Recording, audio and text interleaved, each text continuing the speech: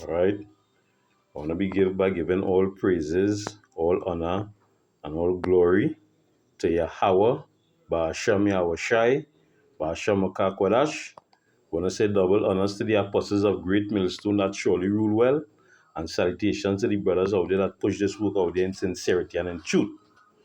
All right, this is your brother Kwam from GMS Trinidad, come to do a little edification, you know, and this Christian lady, was going back and forth with me concerning the mark of the beast is actually the Sunday law, and some of these Christians, when they really check it out, they don't really want to know the truth. They just want to stick with the doctrine that they actually have because they've been in the Christian doctrine so long. They have so much of friends there. They have a history there. They don't really want to go nowhere because it don't have no how really and truly. Even the most uneducated person could understand that the mark of the beast is actually the RIFD microchip, that they're trying to implement upon people in this last era here. That is one of the prophecies the scriptures actually speak about, right? So I'll going straight into it. This is Revelation chapter 13 and verse 16. It says, "And he caused all, both small and great, rich and poor, free and bond, to receive a mark in their right hand or in their forehead." That word mark there actually means charagma, right? I mean to prick or to insert. Okay, let me just, it's like a what is called a similitude. Let's call it basically a brand or engraving. To be pricked, just like a something they're going to actually put up on you. You know what I mean? And it says, and that no man might buy or sell, save he had the mark or the name of the beast or the number of his name. Here is wisdom. Let him that had understanding count the number of the beast, for it is the number of a man, and his number is 600 scores and six.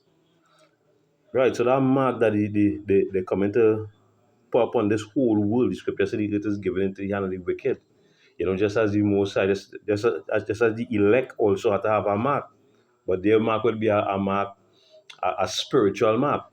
A mark, that mark would be a mark from exemption, from destruction. It would be a mark that the Yahweh Shemel Shai will actually let his angels put up on you. You know what I mean? So yeah. So let me just go into some precepts here. This is I'll go up a little higher in the Revelation chapter 13. It says, I'll start at verse 12. "And he exercised all the power of the first beast before him, and caused the earth and them which dwell therein to worship the first beast whose deadly wound was healed.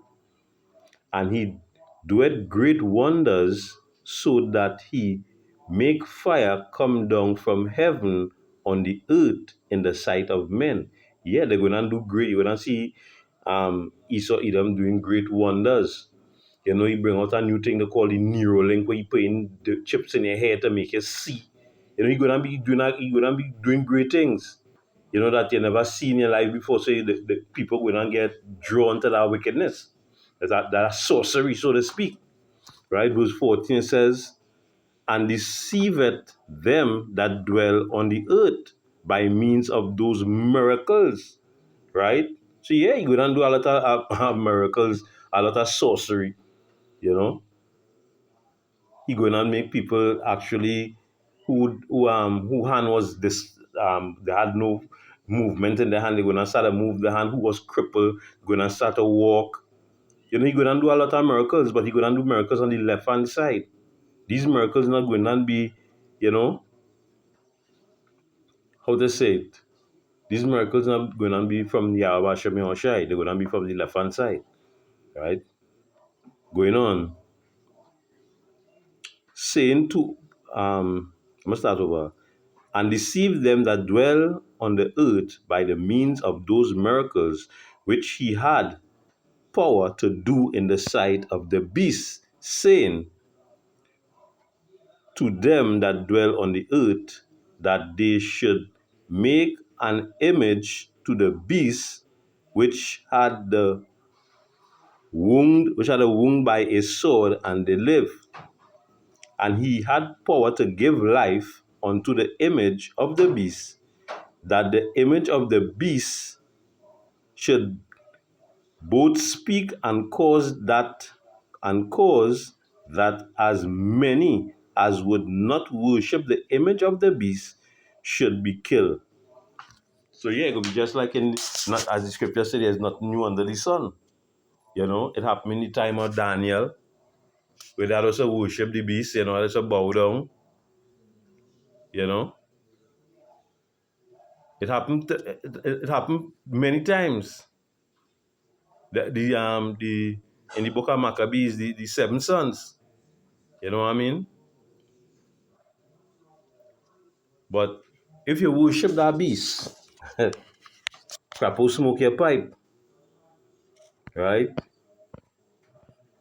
This is book of Revelations, chapter 16, and starting at verse 1. It says, "And I heard a great voice out of the temple saying to the seven angels, Go your way and pour out the vials of the wrath of the power, the wrath of power upon the earth." Right? And the first went and poured out his vial upon the earth, and they fell in noisome and grievous sore upon the men which had the mark of the beast, and upon them which worship the image. Right? So yeah, these so the Most High set it in such a way, because what people are going to do, and you see that you see that when those passing that sea hip, and I had to keep my work, I had to live, my children did it.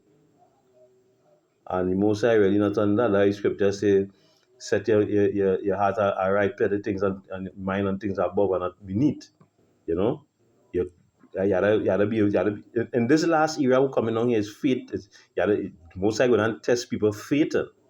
Your faith will be tested. These Christians who gain up and there's prayer warriors and they're praying left, right, and center for hours. When your faith, I hope you could pray when Most High come to test your faith. I hope you could stand up in that time. Because the most High Yahweh Shem Yahshua is coming to try the whole earth. Everybody going to be tried. You know, it's your faith. And the scripture say, when he come, will there be faith upon the earth? That's a good question to ask, because it's not faith is not faith is a hell of a thing. You're going to be tried. That is when they're going to know who have faith and who don't. Right? So yeah, a lot of them going to take this microchip in their hand and in their head, and they're going to end up with a lot of sores. And even the people who worship in the beast going to end up with a lot of sores. You know what I mean? Because only one power you ought to worship, and that's Yahweh Hashem Yahushai. And the scripture say that this is the Sunday law. The Sunday law not going to stop you from buying and selling. Right? If you worship on a Sunday or a Saturday, and changing the Sunday law ain't do much, because even on a Sunday, the way how the Sabbath go, but that's a different topic. The way how the Sabbath actually, the Sabbath go by the new moon, and that's a whole different topic. It has some Sabbaths going up on a Sunday, some going up on a Saturday, on a Monday, on a Tuesday. The Sabbath don't stay one fixed particular day.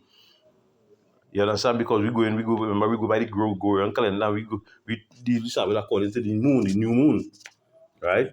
But anyhow, yeah, anybody who worship this beast, they will get them petrifying sores, right?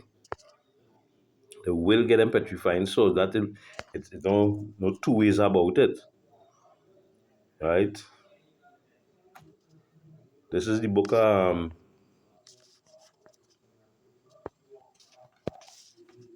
It's too easy to be a Christian as well, you know. The book of Isaiah chapter 36 and verse 6. It says, "Lo, thou trust in the staff of this broken reed on Egypt, wherein if a man lean, it will go into his hand and pierce it. So is the Pharaoh, king of Egypt, to all that trust in him." Yeah, so that Pharaoh, because the word Pharaoh just basically mean a king. You know, that Pharaoh and all these different governments and things that is institutions and them that they trust in. All of them go point it to one thing. This Trinidad government done say already that that by 2023, right? By 2023, wanted actually to implement the cashless, so as cashless society, end cash, right? It's just a matter of time. And you've seen different countries done implementing it already, and that is the turn they're making.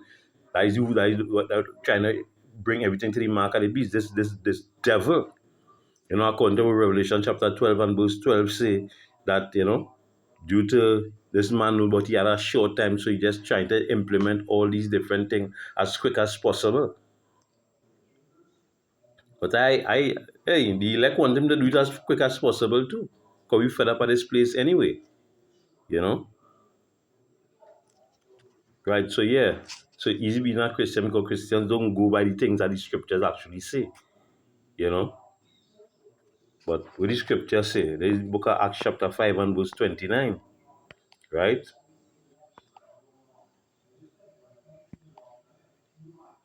The book of Acts and 5 and verse 29. Then Peter and the other apostles answered and said, "We ought to obey God power rather than men." Yeah, we ought to obey the Most High rather than men. The scripture say, disobedience is like the which of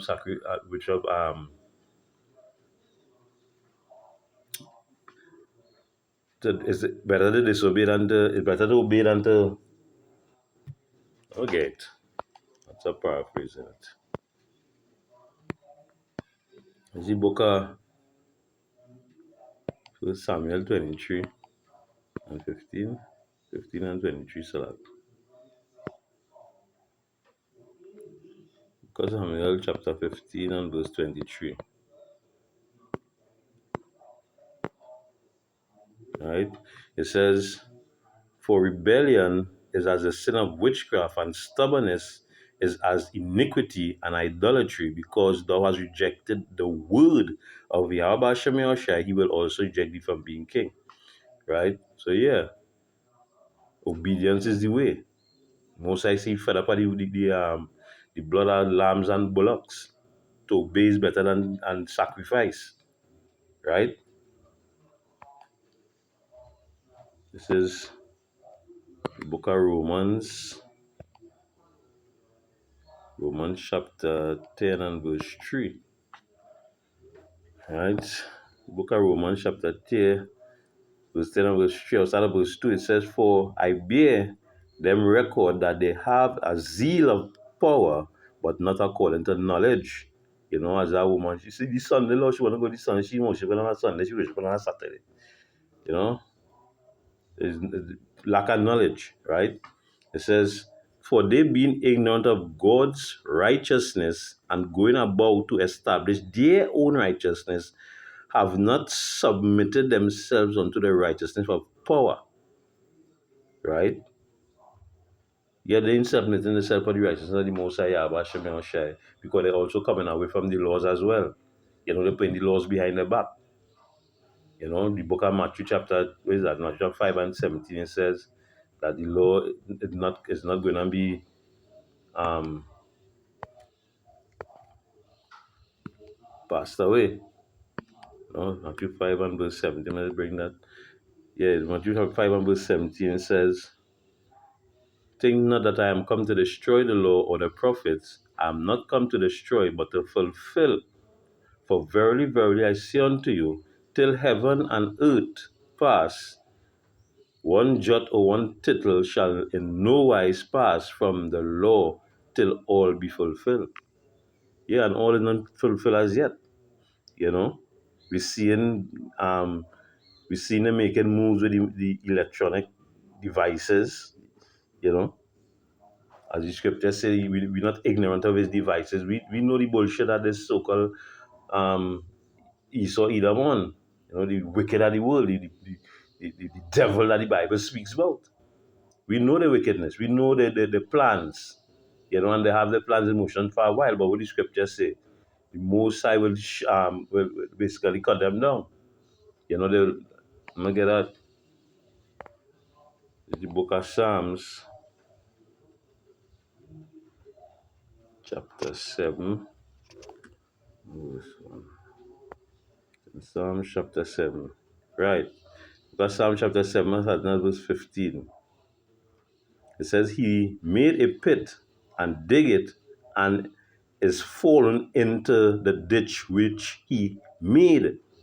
His mischief shall return upon his own head, and his violent dealings shall come down upon his own pate.